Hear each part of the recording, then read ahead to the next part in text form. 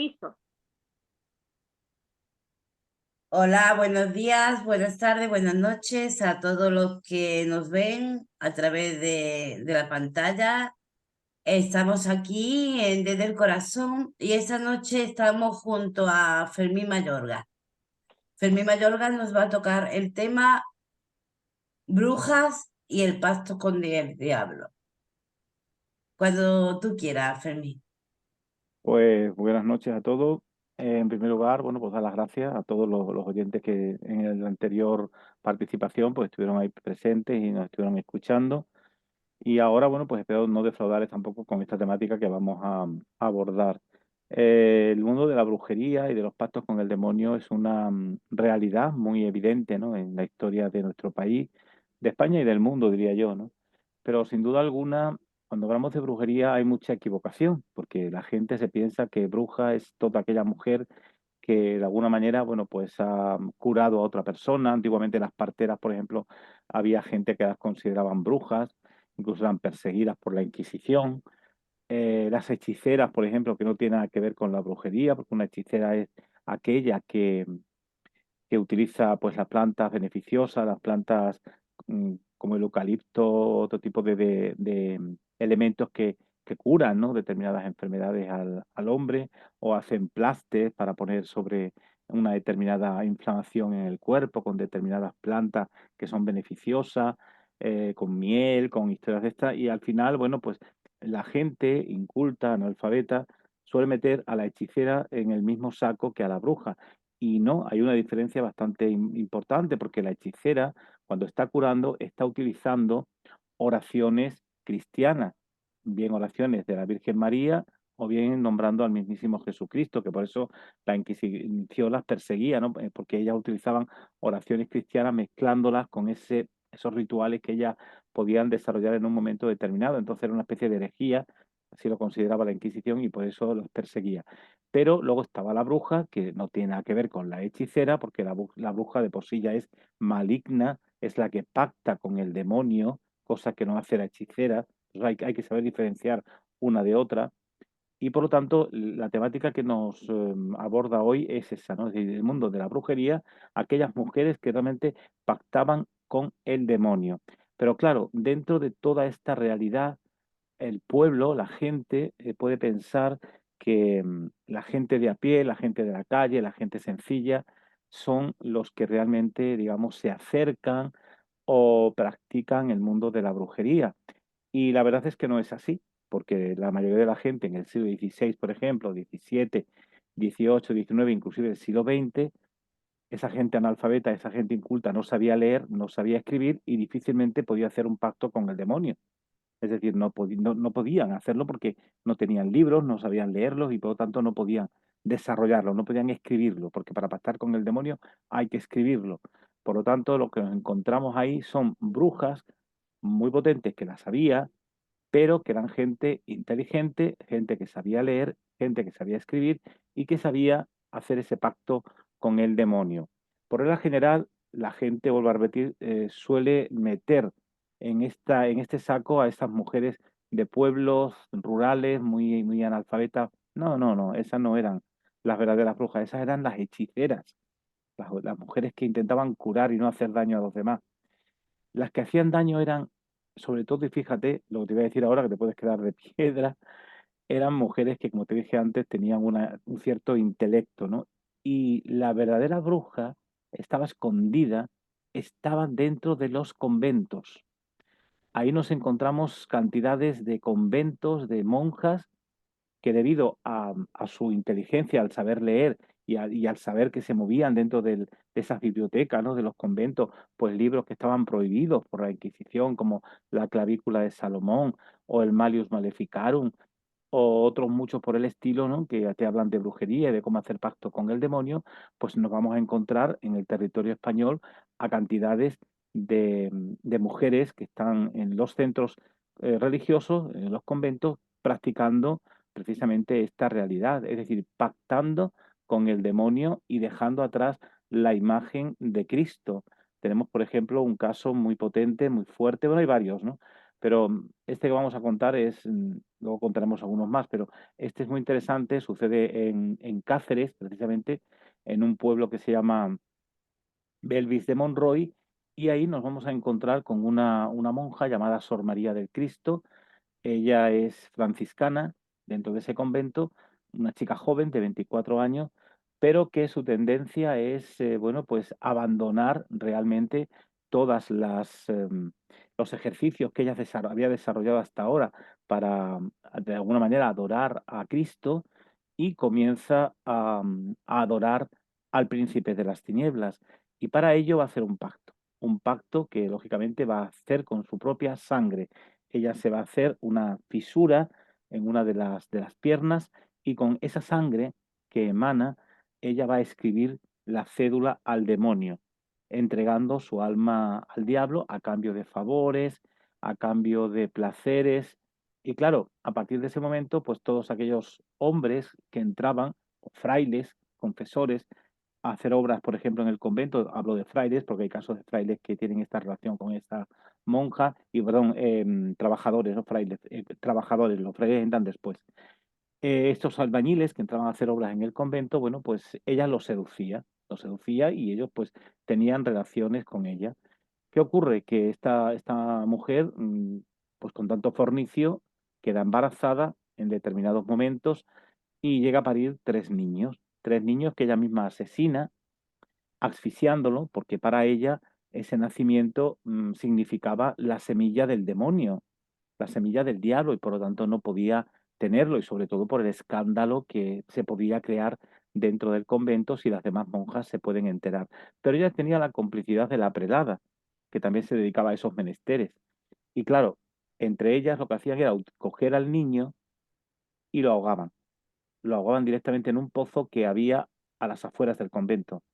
De esa manera, la culpa de la muerte del bebé nunca salpicaría al convento, sino que sería alguien de la calle, alguna mujer rural, que realmente había asesinado al bebé y lo había tirado en el convento, porque en la perdón, lo había tirado en el pozo, porque la mente de la gente del pueblo, de la localidad, jamás pensarían que religiosas que se dedican a la caridad, que se dedican a rezarle a Cristo, llevasen a cabo ese tipo de misión, ¿no? Y tuviesen ese tipo de movimientos sexuales dentro del mismísimo cenobio. Y claro, esto equivalía a que se pone en marcha una investigación. Van a barrer todo el pueblo de Belvis de Monroy, casa por casa, para ver qué mujer había estado embarazada y descubrir a ver si realmente, bueno, pues alguna de estas mujeres había realmente matado al niño. Y van viendo que, bueno, que realmente no hay ningún tipo de persona que realmente haya desarrollado ese tipo de actividad cruenta, ¿no? Negra. Entonces, ¿qué le queda? Le queda el convento. Y la Inquisición, de una manera muy sigilosa, estos son documentos que son de la Inquisición, lo que hace es, para que Belvis de Monroy nunca se entere de lo que sucede en el convento, porque había que salvaguardar la honra del hábito, lo que va a hacer precisamente es, bueno, una por una, a las monjas, a través del médico de la Inquisición, analizarlas y verles sus vaginas, tentarlas, es decir, con la compañía también de una mujer, no iba a ser el mismo médico de la Inquisición, el médico de la Inquisición estaba también para atenderlas en caso de algún tipo de problema físico o enfermedad, pero ya en las partes íntimas de las monjas era una mujer la que se acercaría para tentar y ver si realmente era virgen o no era virgen. Si realmente la virginidad no estaba consigo y el dedo se introducía y entraba perfectamente, pues era señal de que esa monja había cometido el delito del pecado dentro de ese convento, y que por lo tanto podría ser una candidata a ser nombrada como la verdadera asesina de ese niño o de esos niños, porque ahí aparecían en diferentes momentos, en diferentes tiempos, camisillas, ¿no? Las camisas blancas de los niños que le ponían aparecían flotando en el agua. Al niño le ataban una piedra al cuello y lo lanzaban, pero el niño, a medida que va, digamos, la carne se va perdiendo la masa muscular, pues se va perdiendo también sale más fácilmente la ropa que llevaba el niño, lo poquito que pudiese llevar, y eso flotaba. Y claro, eran los típicos pozos estos que no están seguidos, ¿no? Que no le están quitando el agua permanentemente, y claro, lo que había sobre ellos, te dice el documento, era una especie de limo, ¿no? De ese tipo de hierba que nace en la superficie del verde, ¿no? En la superficie del agua, y ahí sobresalían esas camisas de esos bebés. El problema es que la Inquisición, cuando descubre a la mujer, porque lógicamente a través de ese tipo de operaciones que hicieron con esta otra señora que llevó la Inquisición, descubren quién era la verdadera monja satánica, era Sor María del Cristo. Lo que van a hacer es, bueno, ratificar que realmente ella ha sido la que ha cometido esos delitos, y van a torturarla. La van a torturar dentro del mismo convento, en las celdas que tenía las monjas para estos fines, y allí lo que van a hacer es, bueno, pues montarla en el potro, una especie de mesa donde, atadas de pies y manos, pues a través de unos torniquetes comenzaban a darle vuelta a esa rueda, y esos torniquetes lo que hacían era, con esas cuerdas, era apretarte, ¿no? Las piernas, los brazos, y llegaba un momento en que, bueno, pues te podían romper perfectamente un hueso o una pierna, ¿no? Pues eso la Inquisición lo tenía permitido y lo podía perfectamente llevar a cabo. Eso sí, el momento en que el cuerpo del reo fusionara sangre, a partir de ahí se paraba la tortura y se curaba a la persona. Esa es una de las cosas que también los oyentes tienen que saber, porque a veces vamos a ver por ahí cualquier museo de Inquisición y nos damos cuenta que hay muchas torturas que son bárbaras, ¿no? Pero que realmente no tienen nada que ver con la Inquisición, y te lo venden como torturas de la Inquisición. La Inquisición, una de las normas que tenía era que el cuerpo del reo no podía efusionar sangre. Por eso, si ese error se cometía en un momento determinado, como os he dicho, se paraba la tortura y se curaba a la persona. A partir de ahí, esta monja, bueno, pues, y a través del sufrimiento que estaba sintiendo con el tormento que en ese momento estaba llevando a cabo, pues comienza a decir dónde realmente estaban esos bebés. Entonces, cuando ella canta la gallina y comienza a decir que están en el pozo al lado del convento, fuera del convento, extramuros, ¿no? Y entonces, bueno, pues van a comprobarlo, y es cuando se encuentran esas camisas que hemos dicho, el bebé que está en el fondo, lo sacan con una rastra, y bueno, aparece con lo que es el cuello atado a una soga y con una piedra que le hayan atado al muchacho. Bueno, esto lo hizo así como 3 veces durante en diferentes épocas, y a partir de ahí, bueno, el pueblo, el Viveldis de Monroy, nunca se enteró de lo que ocurrió en el convento, ¿no? Nos hemos enterado ahora cuando uno se acerca al Archivo Histórico Nacional y te das cuenta de todo esto, ¿no? De esta realidad que os estoy contando. Pero fíjate, ella, cuando hace el pacto con el demonio, ella tiene que hacer cosas que realmente ofendan a Dios.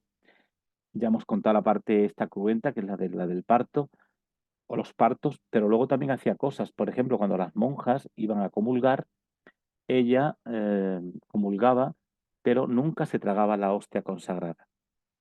Se ocultaba en un momento determinado y volvía a sacar fuera de su boca la hostia consagrada, le pinchaba alfileres, a veces incluso la tiraba a la lumbre o la tiraba al albañal. El albañal era el retrete de la época, esto te lo dice el documento, porque bajo tortura ella decía todo este tipo de historias que realmente vivió en esos momentos, cuando ella realmente estaba abrazando el mundo, las veredas del demonio.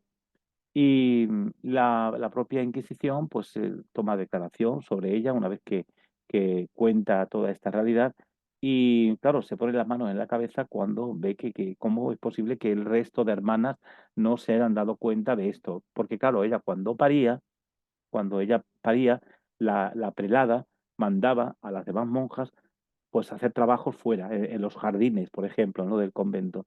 Y entonces ella, que como tenía que gritar ante el dolor del parto, lo que hacía era, pues eso, mandar a las monjas fuera para que no escucharan los gritos de dolor de la otra, y la otra, la madre abadesa, que era la prelada, que estaba en el convento, comenzaba un poco como a cantar, a alborotar, para que realmente no sintieran los gritos de la monja mientras estaba pariendo el muchacho.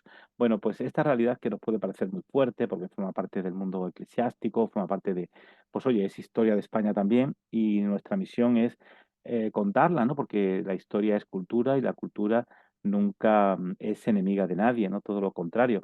Y, y esto pone en evidencia lo que os decía anteriormente, que a veces nos creemos que el mundo de la brujería está dentro del mundo rural, dentro de las pobres mujeres. No, las hay también, que las había, ¿no? Pero, por ejemplo, las famosas brujas de Zugarramurdi, el nombre está mal dicho. Serían las hechiceras de Zugarramurdi, porque ellas, realmente, esas mujeres, no llegaban a cometer delitos de sangre, ni asesinar a niños, ni nada de esto, ¿no? Era más bien, pues eso, algunos aquelarres que hacían en el campo, con otras personas, con otros hombres o niños incluso, pero realmente no llegaban a ese tipo de actuaciones, aunque luego también hay, dentro del mundo civil, algunas mujeres que también fueron condenadas por brujería, es decir, porque realmente asesinaban a personas y sobre todo solían ser mujeres de pastores, de vaqueros, de gente que bueno, sus maridos conocían perfectamente las plantas que pueden matar al hombre en el campo, ¿no? Y que a través de los animales la detectaban. Una oveja, una vaca no te come, por ejemplo, la seta venenosa, la Amanita fenoide, no te come el estramonio, no te come la cicuta, ¿no? Todo esto son plantas que, si el hombre la toma, pues lógicamente le va a crear un problema, ¿no? Y es que lo curioso de estos temas, sobre todo en este de las mujeres rurales, de estas brujas, es que las que acudían a ellas solían ser mujeres maltratadas, en la mayoría de los casos, mujeres maltratadas que para quitarse al marido del medio, pues acudían a estas brujas para decirle que les diese algún elemento para acabar con él, porque si no, él acabaría con ella.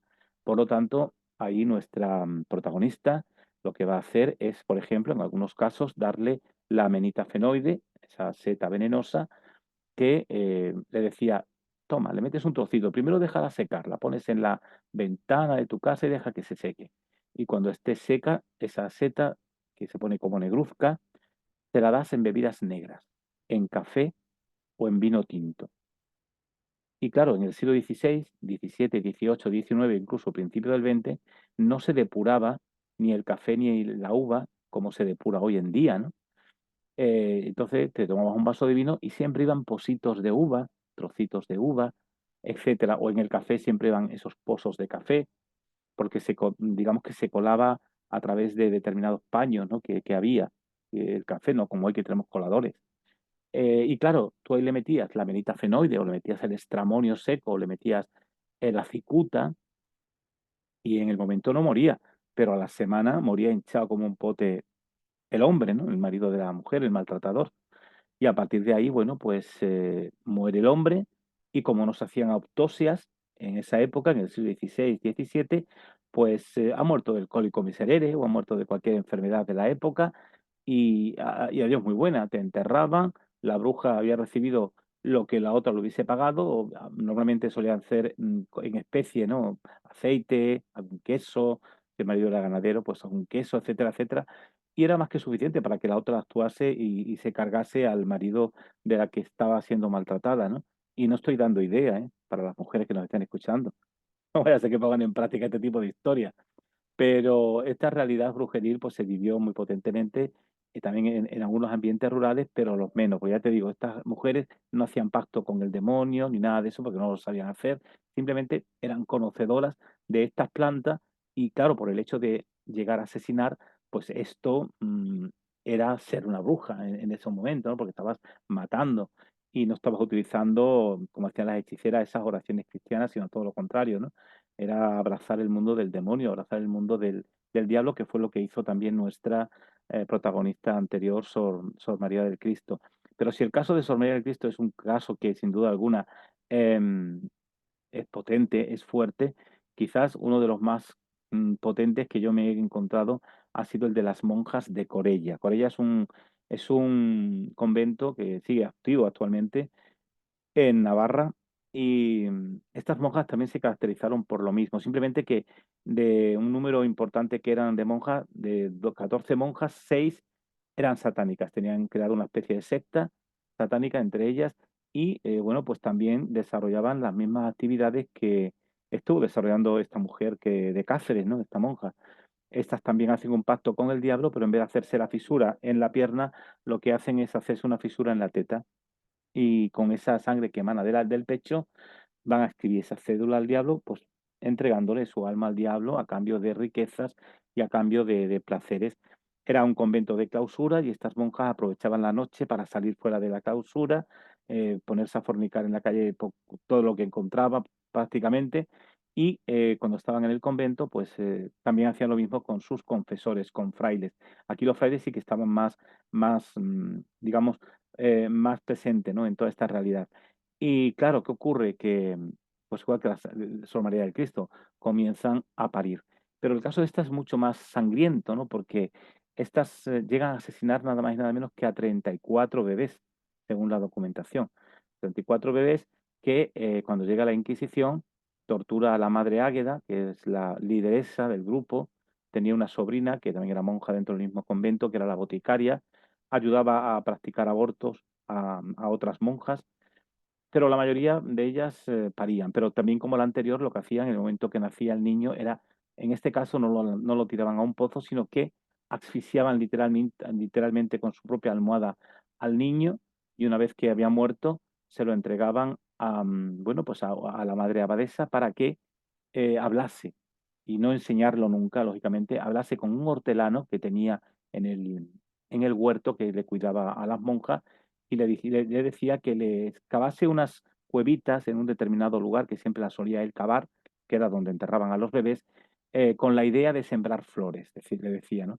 Que son flores sagradas que siembran nuestras manos para luego, cuando nazcan, ponérselas a la Virgen en el día de la festividad o a otras imágenes, ¿no? Y claro, el hortelano pues obedecía y le hacía una especie de surco profundo donde ellas enterraban luego al niño y el hortelano como se marchaba, pues ellas aprovechaban ese momento de la ida del hortelano para, bueno, enterrar allí al bebé. Cuando la Inquisición vino, precisamente preguntó, porque le habían llegado noticias a través de las otras monjas buenas que habían descubierto el tema, de que ahí estaba habiendo pacto con el demonio.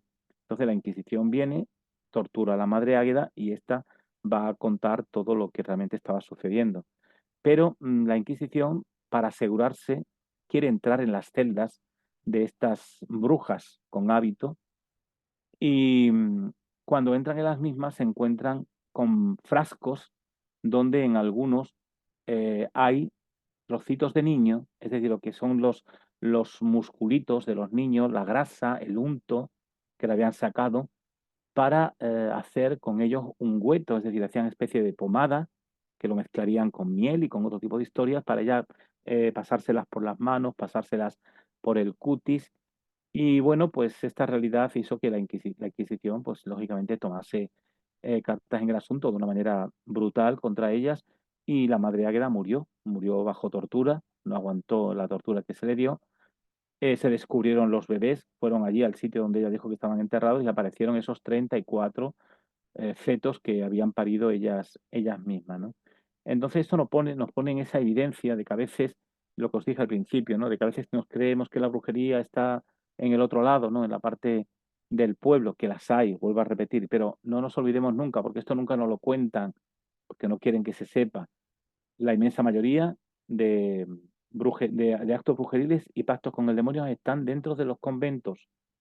Te puedo contar el caso de Antequera, por ejemplo, en Málaga también, donde un grupo de franciscanas también se dedicaban a los mismos menesteres, no solamente ya a hacerse las fisuras y hacer el pacto con el demonio, sino que esta quizás lo más cruento de estas monjas es que degollaban al bebé, es decir, le cortaban literalmente el cuello y con la sangre que emanaba de la cabeza la echaban en el cáliz que se utilizaba normalmente para las misas en la iglesia del convento y ahí, junto con las formas, las ontias consagradas, pelos de sus partes pudendas, etcétera, etcétera, hacían una especie de brebaje de bebedero con el cual luego se untaban las manos, se untaban los sobacos, se untaban las coyunturas de las piernas, las plantas de los pies, porque dicen que salían cuando hacían este tipo de aplicación, ¿no? En su cuerpo, dice que esto las estimulaba y hacían que saliese del convento volando y se iban a un aquelarre que se hacía a las afueras de Antequera junto con otras personas y que cuando allí llegaban se encontraban a personas completamente desnudas, a hombres, a mujeres fornicando, ellas también se dedicaban a hacer lo mismo y una vez que habían terminado se volvían volando de nuevo al convento. En este caso lo que se descubre es que tomaban drogas, es decir, desde América Latina se traía la ayahuasca, que es una droga potente, alucinógena, ¿no? Que te hace ver cosas que no son ciertas, Y en este caso, bueno, pues estas monjas tomaban este tipo de drogas y claro, ellas pensaban que como en su mente lo que tenían era la actuación y el adorar al demonio, de que realmente volaban con él juntos y que a su lado iban lobos, perros, que les acompañaban como guardianes, ¿no? Hasta ese lugar donde se celebraba el aquelarre. La Inquisición también tuvo que entrar en ese convento porque llegó la denuncia por parte de otras monjas que eran buenas y no estaban metidas dentro de ese berenjenal. Y al final, bueno, pues también tuvieron que ser castigadas el grupo de monjas. Aquí tenemos un total de 4 niños que aparecen en la documentación, que fueron asesinados por estas monjas, aunque te hablan de otros partos, pero no se descubren los fetos, por lo que sea, porque a lo mejor lo destruyesen, lo quemasen o no sé, pero realmente no aparecen más que los 4 cuerpos que aparecen y el resto no. Entonces nos lleva, ¿no?, a pensar que realmente, pues, a lo mejor estas mismas monjas los quemasen en un momento determinado, precisamente por miedo a que las demás monjas pudieran descubrir, ¿no?, que realmente se estaban llevando a cabo este tipo de asesinatos, ¿no?, contra estos bebés. Entonces, hasta ahora, vamos contando una realidad histórica que, sin duda alguna, nuestros oyentes se estarán poniendo las manos en la cabeza y dicen: "Pero, ¿cómo es posible que esto pueda estar sucediendo en los conventos españoles?". Bueno, ha sucedido y seguirá sucediendo seguramente, porque, históricamente hay muchísima documentación sobre este tema y sin duda alguna, bueno, pues, nos ponen en esa realidad, ¿no? De que no todo lo que reluce es oro, ¿no? Pero hay un caso también muy interesante, que es pero fíjate, esta no llega a ser una bruja como tal, ¿no? Pero es una maestra de hechicera. Ella es natural de Jerez de los Caballeros, en Badajoz. Se llama Catalina Díaz, alias La Pecera. Y Catalina, la Pecera, fue una hechicera natural de este pueblo, de Jerez de los Caballeros, que se caracterizó por el dominio de infinidad de oraciones con las que satisfacía las necesidades de sus clientes, ¿no? Rezos que servirán como instrumentos, sin duda, para poder ganarse el pan de cada día, y gracias a sus habilidades y credibilidad manifiesta, ¿no?, que les dirigían sus más fervientes seguidores, aunque no todas se creían lo que hacía, y eso era todo un riesgo para la pecera, ya que podía existir la posibilidad, ¿no?, de que alguna mujer, sintiéndose engañada, pues la denunciase ante los pies de los caballos de la Santa Inquisición. Lo cierto es que esta delación y denuncia, bueno, pues se fraguó en Jerez de los Caballeros y los documentos inquisitoriales de esta hechicera extremeña nos dejan sus métodos orales para conseguir lo que las clientas le pedían, pero dejemos, ¿no? Dejemos precisamente que sean los documentos los que nos digan qué hacía esta mujer. Pues mira, Catalina Díaz, alias La Pecera, mujer de Lorenzo Pérez, vecina de Jerez de los Caballeros, de 40 años, fue testificada de hechicera por 4 testigos, un varón mayor de edad y el resto mujeres, 2 menores de edad y 2 mayores, 3 de vista y el resto de oídas. Fue detenida y puesta en las cárceles secretas de la Inquisición. No se le secuestraron los bienes en esos momentos y en la primera audiencia que con ella se tuvo el día 12 de febrero de 1636 juró decir la verdad de cuanto se le preguntase y dijo que habría más de 11 años que Constanza Fernández, difunta mujer que fue de Juan Rodrigo, vecino de Jerez, enseñó a la rea que rezase 9 credos cada día por devoción hacia 9 chinas, las cuales el día de su muerte se le volverían en rosas, ofreciendo siempre lo que rezaba a la ascensión de Nuestra Señora. También dijo que hará como 7 años que fulana, no te dicen el nombre en el documento, ella difunta le enseñó la oración del ánima sola y que dice así: ánima sola y la más sola, alma, ven que te llamo para lo que sea menester. Yo te conjuro, ánima sola, con los 3 vientos. Yo te conjuro, ánima sola, con los 3 elementos. Yo te conjuro, ánima sola, con la sangre de Lucano. Yo te conjuro, ánima sola, con las 12 tribus de Israel. Yo te conjuro, ánima sola, con todos los que están en la peña del Carmesí, que todos juntos juntéis, que por la puerta del río Jordán paséis, las 9 varas de mimbre negro cogeréis, en las muelas de Barrabás me las amolaréis. 3 le hincaréis a fulano por el corazón para que no pierda mi amor. 3 por el sentido de que no me ponga en olvido. Guerra me le daréis y con esto me lo traeréis, que no me lo dejéis estar ni posar hasta que conmigo venga a estar. Esta oración se las decían precisamente a aquellas mujeres que sus maridos las habían dejado por otra o se habían marchado, pero ya las habían abandonado y no querían saber nada ni de ellas ni de sus hijos. Entonces acudían a las hechiceras y éstas utilizaban este tipo de oración, el del ánima sola, donde a las 12 de la noche esta mujer se tenía que poner en la ventana mirando una estrella.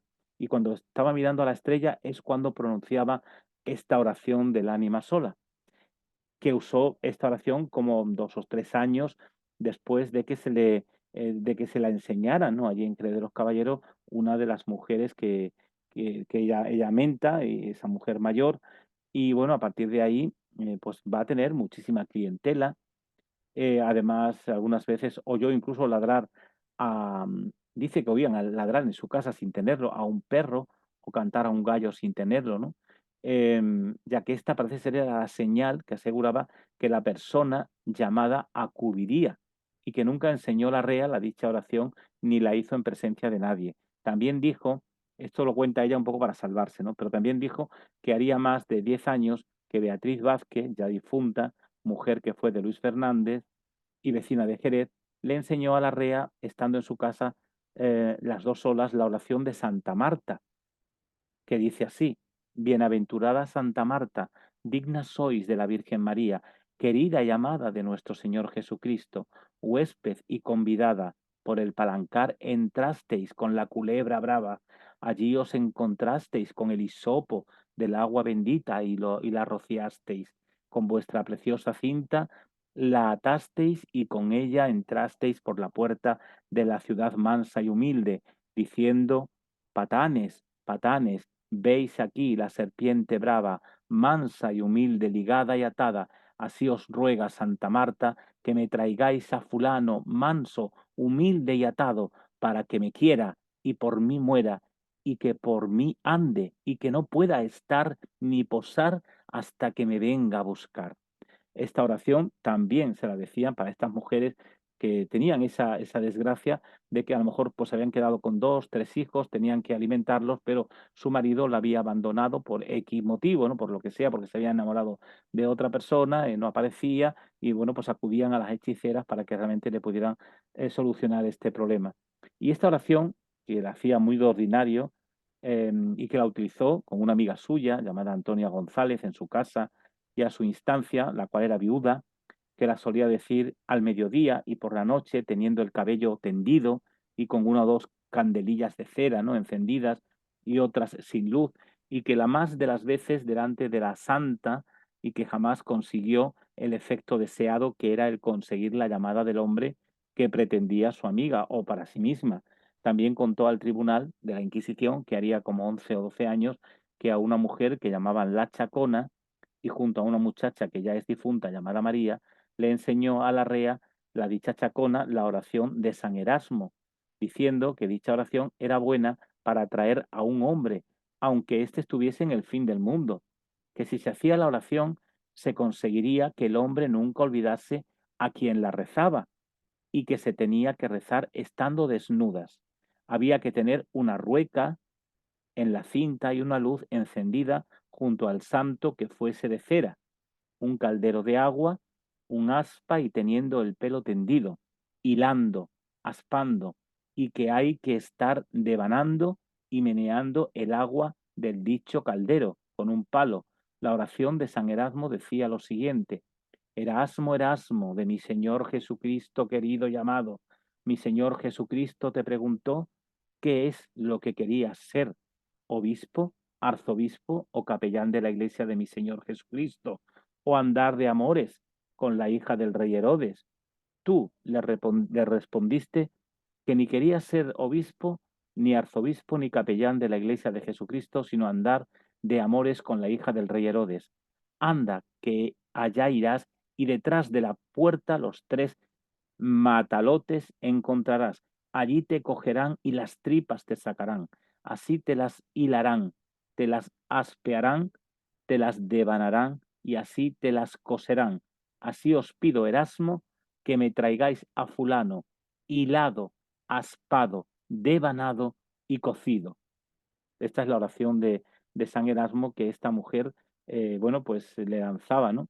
A esta otra clienta que le pedía el amor de su amado que se había marchado. Y dice la REA que esta oración, pues la hizo solamente una vez en la forma referida, en presencia de una mujer que nombró, pero que no vino el hombre ni tampoco la ha enseñado a nadie. Que también otra mujer de Jerez, Los Caballeros, de cuyo nombre no se acuerda, haría como unos 3 años, le enseñó otra oración que tenía el mismo efecto de hacer que un hombre viniese al ser dichas las siguientes palabras: fulano, donde quieras que estés, la soga del ahorcado traerás arrastrando, un cuchillo de cachas negras traerás hincado y atravesado en tu corazón. Te acercarás hasta mí llamándome y diciéndome: fulana, no te quiero valer, que te valga Anás, Caifás, Barrabás y el demonio mayor que en el infierno está, que ni puedas estar ni posar hasta que me venga